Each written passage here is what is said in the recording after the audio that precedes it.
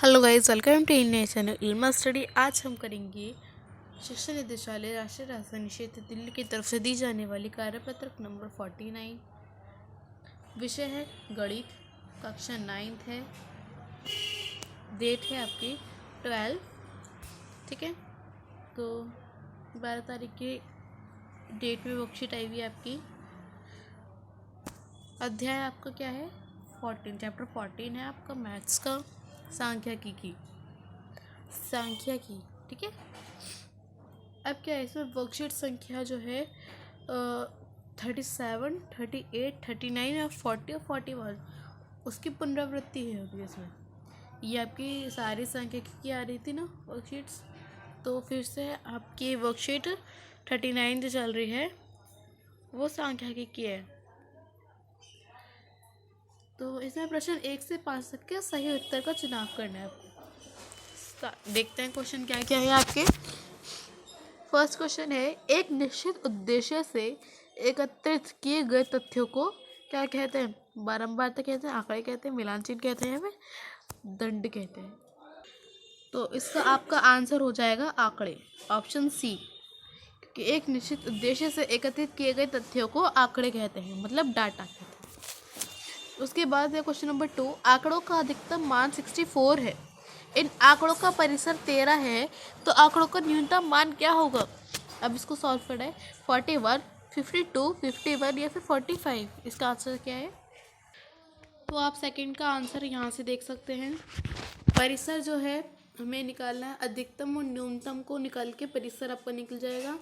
ठीक है, तो 13 जो है आपका परिसर हो जाएगा, और अधिकतम जो अंक है वो 64 है, और न्यूनतम जो मतलब कम है वो हमें निकालना है। अभी वो नहीं दे रखा, तो हम न्यूनतम रखें 64 में से 13 माइनस कर देंगे, अधिकतम में से परिसर माइनस करेंगे तो 51 हमारा न्यूनतम निकल कर आ जाएगा। तो आप यहाँ पर देखिए, आपका आंसर ऑप्शन सी हो जाएगा करेक्ट ऑप्शन। ठीक है, समझ आ गया अच्छे से। नेक्स्ट है, वर्ग अंतराल 10 से 20, 20 से 30 में संख्या 20 निम्नलिखित में सम्मिलित है। तो 10 से 20 के 20 से 30 में बताओ कि 20 संख्या किस में सम्मिलित है। अब अगर आप 10 से 20 बोलेंगे तो ये आंसर आपका गलत हो जाएगा, क्योंकि 10 से 20 में 10 से 19 तक की संख्या होती है बस, और 20 से 30 जो है वो 20 से स्टार्ट होती है, 20 से 30, यानी 30 इसमें इन्वॉल्व नहीं होता है, 20 से 29 तक की होती है। ठीक है, तो आपका ये गलत हो जाएगा, ये सही होगा, ये भी गलत हो जाएगा दोनों अंतराल में, और इनमें से कोई भी नहीं है तो हो ही नहीं सकता, क्योंकि हमारा बी ऑप्शन इज करेक्ट हो जाएगा। तो आपका बी ऑप्शन करेक्ट हो जाएगा। नेक्स्ट है आपका क्वेश्चन नंबर 4, गणित के एक टेस्ट में 17 विद्यार्थी द्वारा 100 में से प्राप्त किए गए अंक नीचे दिए गए हैं। ठीक है, 91, 82, 100, 100, 86, 65, 82, 76, 95, सॉरी 79, 90, 46, 64, 72, 68, 66, 79 और 48 और 49। ठीक है, ये 17 विद्यार्थियों द्वारा 100 में से प्राप्त किए गए हैं अंक। ठीक है, गणित के टेस्ट में। अब आंकड़ों का आपका परिसर ज्ञात करना है। इसका परिसर क्या होगा? 65, 52, सॉरी 54, 90 या फिर 100। तो इसका भी ऐसे देखते हैं। तो इसमें भी आपको यही करना है कि अधिकतम में से न्यूनतम घटाना है। सबसे ज़्यादा आपको क्या दिख रहा था इसमें? सबसे ज़्यादा है आपका 100 मार्क्स दिख रहे हैं, और सबसे कम मुझे दिख रहा है 46। ठीक है, तो 100 में से हम 46 माइनस कर देंगे, तो आपका आंसर हो जाएगा 54। This is correct option. ठीक है, 100 में से हम 46 जो है माइनस करेंगे, तो आपका आंसर हो जाएगा 54। नेक्स्ट क्वेश्चन है आपका क्वेश्चन नंबर 5 है, वर्ग 130 में से 150 का वर्ग चिन्ह, मतलब 130 से 150 तक का वर्ग चिन्ह क्या है? अब देखिए, फिफ्थ ऑप्शन जो था उसमें से आपको 130 दे रखा था और 150 दे रखा था। ठीक है, अब 130 और 150 को हम डिवाइड करेंगे प्लस करके, और डिवाइड कर देंगे 2 से, तो 280 आ जाएगा। देखिए, 130 हम 150 प्लस करेंगे तो हमारा एक सेकेंड, 280 आ जाएगा ना, सही है, आ गया। अब 280 में से हम 2 को डिवाइड करेंगे तो यहाँ पर 2 से 1 कट गया, 2 नीम एक सेकेंड, 2 चक्की 8 होता है ना, और फिर 140 आ गया आपका आंसर। ठीक है, नेक्स्ट क्वेश्चन नंबर 6 है आपका, दिए गए आंकड़ों को प्राथमिक आंकड़ों या गौण आंकड़ों में वर्गीकृत कीजिए। अब प्राथमिक आंकड़े और गौण आंकड़े क्या होता है? प्राथमिक आंकड़े वो होते हैं जो हम खुद प्राप्त करते हैं, और गौण आंकड़े वो होते हैं जो हमें कहीं से मिलते हैं। ठीक है, हम मिलकर प्राप्त करते हैं, हमें कहीं से मिलते हैं, जैसे कि हमें अपने मतलब टीचर से मिल गए या फिर कहीं और से मिल गए, नेट पे से मिल गए, तो ऐसे ही होते हैं। अब कक्षा 9th के 10 विद्यार्थियों के जूतों का माप क्या होगा? ये तो आपका प्राथमिक होगा। ठीक है, और किन्हीं भी मतलब खुद आप ये माप लोगे। ठीक है, और है अपने किन्हीं 20 मित्रों के रक्त समूह आपको प्राप्त करने होंगे, आपका काम है। तो ये आपका प्राथमिक आंकड़ा हो जाएगा।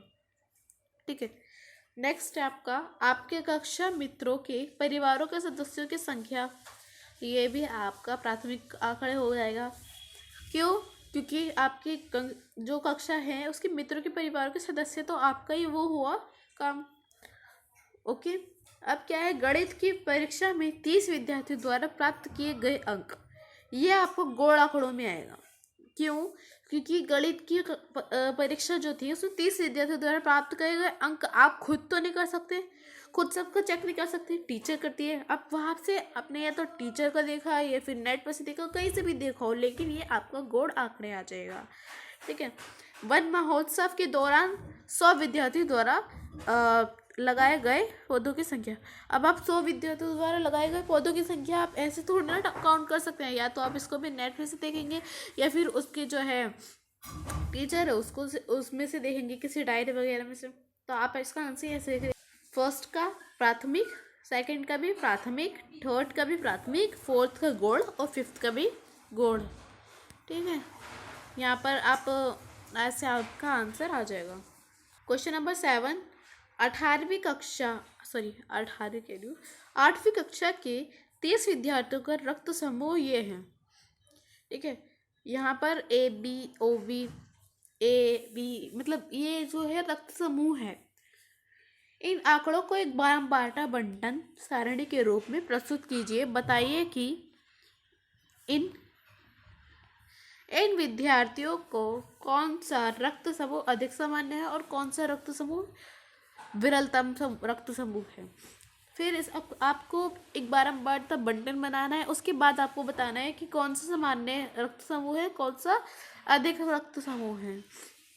एक राज्य के विधानसभा के चुनाव, नेक्स्ट क्वेश्चन है, पहले ही वाला करते हैं। आप यहाँ से ऐसे कर लेंगे इसका आंसर, यहाँ पे रक्त समूह लिखकर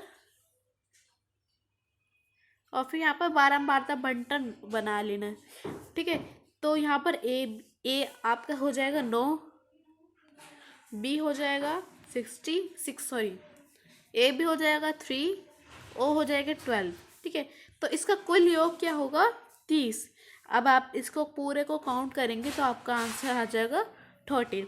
फिर आपको क्या बताना है? अधिक सामान्य रक्त समूह बताना है। तो अधिक सामान्य रक्त समूह हो जाएगा आपका 0। ठीक है, क्यों 0 नहीं है, ओ है।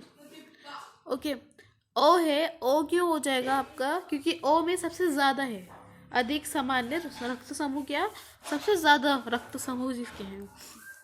और विरलम मतलब कम रक्त समूह किसके हैं? ए बी, यानी 3 बच्चों के थे। ठीक है, आपका ये आंसर कंप्लीट हो गया। नेक्स्ट करते हैं क्वेश्चन नंबर 9। क्वेश्चन नंबर 8 है आपका, एक राज्य में विधानसभा के चुनाव में विभिन्न राजनीतिक पार्टियों द्वारा जीती गई सीटों के परिणाम नीचे दिए गए हैं। राजनीतिक पार्टी ए बी, मतलब ये आपको राजनीतिक पार्टी दे रखी है, कितने हैं?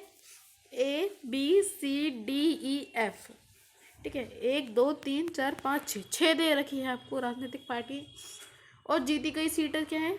ए की 75, बी की 55, सी की 37, डी की 29, ई के 10 और फिर से 37। अब क्या है, मतदान के परिणामों को निरूपित करने वाले एक दंड आलेख खींचिए। सेकंड पॉइंट है आपका, किस राजनीतिक पार्टी ने अधिकतम सीटें जीती, वो आपको इसमें बताना है। तो आप यहाँ से इसका आंसर करेंगे। क्लियरली दिख रहा है, देखिए ये थोड़ा सा शॉर्ट हो गया है, आपको समझ तो आ रही होगा, क्लियर है। जीती गई जो सीटें थी वो मैंने यहाँ पे लिख दी हैं, और जो राजनीतिक सीटें थी, राजनीतिक पार्टी जो थी ये वो यहाँ पे लिख दी है। इसको कट कर देना, इसको, ये कुछ नहीं है, बस आपको क्या लिखना है, राजनीतिक पार्टी। ठीक है। अब क्या था आपका, पहले का था 75 था ए पार्ट, तो यहाँ पर मैंने 75 को थोड़ा सा जूम कर दिखाती हूँ। देखिए 75, तो मैंने यहाँ पर एक आपको ये जो है ग्राफ पेपर पे दर्शाना है, मैंने आपको समझाने के लिए अभी ऐसे दर्शा दिया है। ठीक है, तो 75 जो है ए पार्ट हो जाएगा आपका, तो 70 और 80 के बीच आपका 75 आएगा,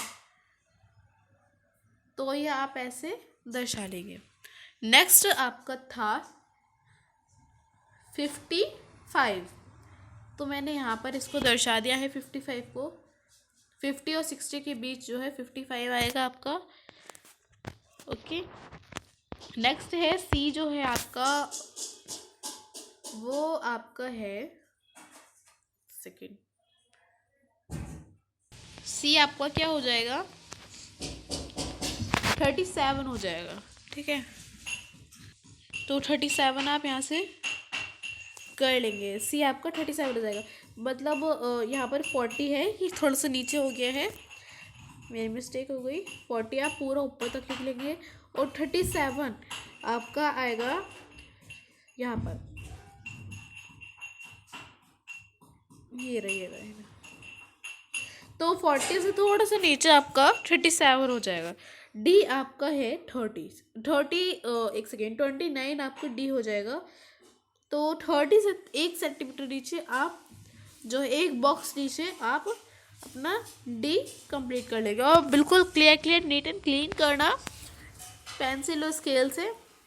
और ई आपका जो है 10 हो जाएगा, क्लियरली दिख रहा होगा आपको। और एफ वी आपका फिर से 37 हो जाएगा। ठीक है, ऊपर देखा था ना, थोड़ा सा नीचे हो गई है, ये रहा।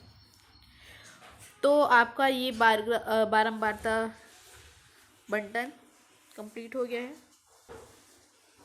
अब आपसे पूछा गया है कि किस ये हमने कर लिया, मतदान के परिणाम, तो एक दंड आलेख करना था हमें, वो कर लिया। किस राजनीतिक पार्टी ने अधिकतम सीटें जीती? अब आपका आंसर देखते हैं, आपका आंसर हो जाएगा ए पार्टी ने। ठीक है, ए पार्टी, क्योंकि ए पार्टी 75 थी और हमारी बहुत लंबी ए पार्टी जो है दंड बन रहा था, दंडालेख जो था वो, उसका आंसर हो जाएगा ए, ऑप्शन ए इज करेक्ट। ठीक है, तो इसका आंसर लिख देंगे ए पार्टी इज इक्वल टू 75। ये ऐसे करके आप आंसर लिख देंगे। आज की वीडियो वर्कशीट ख़त्म होती है। वीडियो अच्छी लगी तो लाइक करिए, दोस्तों के साथ शेयर करिए। अभी तक आपने मेरे चैनल को सब्सक्राइब नहीं कर रखा है तो सब्सक्राइब इस दो कर दीजिएगा। Thank you for watching video. Next class में मिलते हैं अगली वीडियो के साथ। Thank you, goodbye video.